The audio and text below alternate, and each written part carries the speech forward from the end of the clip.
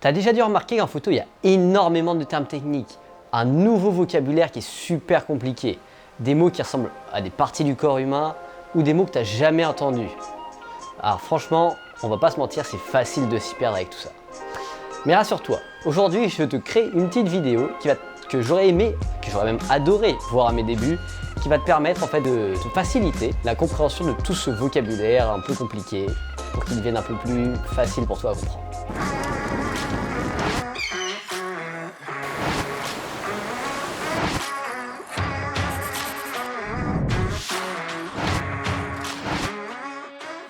Alors, si je te dis le mot triangle d'exposition, vitesse d'obturation, diaphragme, et que tu comprends pas de quoi je suis en train de te parler, alors c'est que cette vidéo reste jusqu'au bout, c'est très important, elle est pour toi.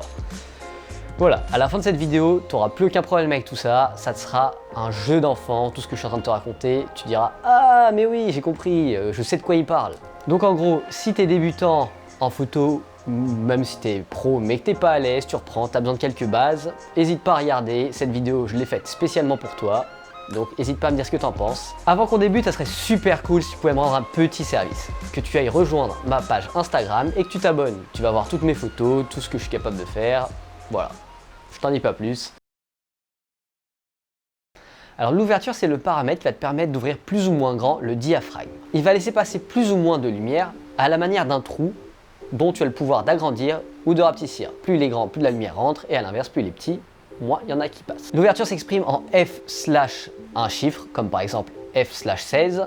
Donc il faut savoir que plus ce chiffre est petit, plus l'ouverture est grande. C'est inversé. Mais il a un double rôle, il influe également sur l'arrière-plan de ta scène. Ça, on va voir ça dans un autre point un peu plus loin. C'est le temps que dure la photo, pour faire simple. Autrement dit, c'est la période de temps durant laquelle va rester ouvert l'obturateur.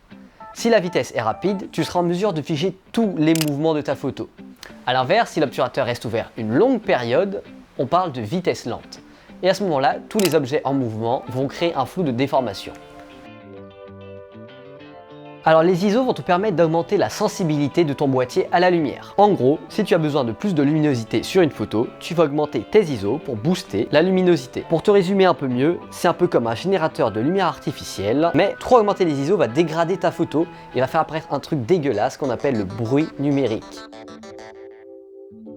Alors l'exposition, en fait, c'est quand tu exposes tes photos. Voilà, super. Non, plus sérieusement, c'est en fait l'ensemble des trois derniers paramètres cités, vitesse, ouverture et ISO. Alors en fait, on parle de triangle d'exposition parce que ces trois paramètres sont indissociables l'un de l'autre. Quand tu modifies l'un, tu vas forcément influer sur les autres. La balance des blancs, en fait, c'est la balance de couleur de ton appareil photo. C'est ce qui va te permettre de rester sur des tons proches du naturel sur tes photos, ou bien à l'inverse, de créer un effet artistique en donnant et en créant ou en renforçant une ambiance propre à ce que tu veux faire. Par exemple, tu pourras donner à une scène un côté plus dramatique, plus triste grâce à des couleurs froides, ou bien à l'inverse, tu pourras donner un côté tout à fait chaleureux et heureux, vivant, grâce à des couleurs chaudes. Il s'agit tout simplement du flou d'arrière-plan sur tes photos. Tu peux contrôler ce flou d'arrière-plan grâce à l'ouverture qu'on a vu un peu plus tôt justement dans la vidéo. Une grande ouverture va te permettre de créer un flou d'arrière-plan qui est très prononcé et donc de te focaliser sur ton sujet, alors qu'à l'inverse, une petite ouverture ne va pas créer de flou d'arrière-plan et donc tu auras une photo toute nette. Alors, tu as déjà dû voir sur les objectifs, si tu as essayé d'en acheter, ou bien si ce n'est pas le cas, tu peux regarder sur ton propre objectif, des numéros qui s'affichent en millimètres. Ce chiffre va te permettre de savoir en fait ce qui est en mesure de voir ou de capturer plutôt chaque objectif. En gros, certains objectifs te permettront de voir des scènes de très très loin, un peu comme si tu regardais une scène avec une longue vue, tu vois, comme les pirates et tout ça. Alors qu'à l'inverse, certains d'autres objectifs te permettront de voir une scène avec un plan beaucoup plus large, avec une vision beaucoup plus large, plus grande que celle humaine. Plus ce chiffre est petit en millimètres, plus le champ de vision de ton objectif sera important. Alors qu'à l'inverse, plus le chiffre est grand, plus ton objectif verra de très très loin. On distingue trois grandes familles d'objectifs, les grands angles, les téléobjectifs et les objectifs standards.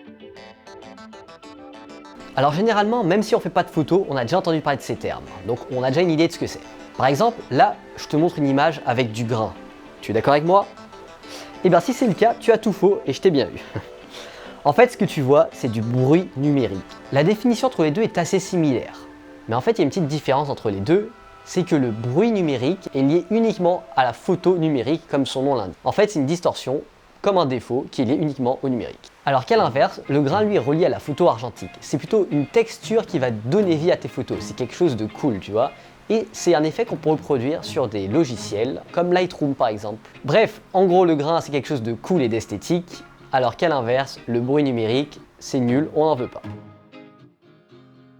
Il existe plusieurs modes que peut enregistrer ton appareil photo, notamment le JPG, qui est le mode le plus répandu sur internet, que tu as peut-être déjà entendu parler, et le mode RAW, qui est un format brut, comme son nom l'indique en anglais. Pour faire simple, le mode RAW, c'est comme un brouillon, il n'est pas destiné à être publié. En fait, c'est un mode qui va te permettre d'enregistrer un maximum de détails sur ta photo quand tu la prends, afin que justement tu puisses l'éditer au mieux. D'ailleurs, le RAW est le mode d'image que je te recommande d'utiliser si tu as pour but de passer en post-production comme Lightroom, Photoshop ou n'importe lequel des logiciels. Sans rentrer dans le débat duquel est mieux, parce qu'il y en a un très grand, il y a une différence fondamentale entre les deux. C'est tout simplement qu'en fait, le réflexe utilise un système complexe entre les miroirs et un jeu de prisme pour te refléter la scène telle qu'elle est grâce à ces miroirs dans le viseur. Alors qu'à l'inverse, l'appareil photo hybride, lui, mirrorless comme on dit en anglais, donc sans miroir, ne possède pas tout ça. Donc ce que tu vois dans le viseur est en fait une scène captée grâce à des capteurs numériques. On parle donc d'un capteur digital numérique. Alors, t'as appris des choses dans cette vidéo? J'espère que c'est le cas, et si ça l'est, tu peux me rejoindre sur la Darkroom. C'est en fait des mails que j'envoie une fois par semaine à mes abonnés, un peu comme un magazine photo en fait, sauf que c'est 100% gratuit. Je te parle de techniques photo, motivation, je te parle de mes aventures, des histoires sur des photos, des coulisses. Voilà, je te parle de tout en rapport avec la photo. Donc voilà, c'est vraiment pour les plus motivés, et ça permet surtout de créer un contact entre toi et moi. Donc c'est génial, ça permet d'échanger, savoir ce que tu veux, si je peux t'aider ou pas. Si ça t'intéresse, le lien est juste là dans la bio, donc fonce, inscris-toi. Et en attendant, on se dit à bientôt pour une prochaine vidéo. Ciao!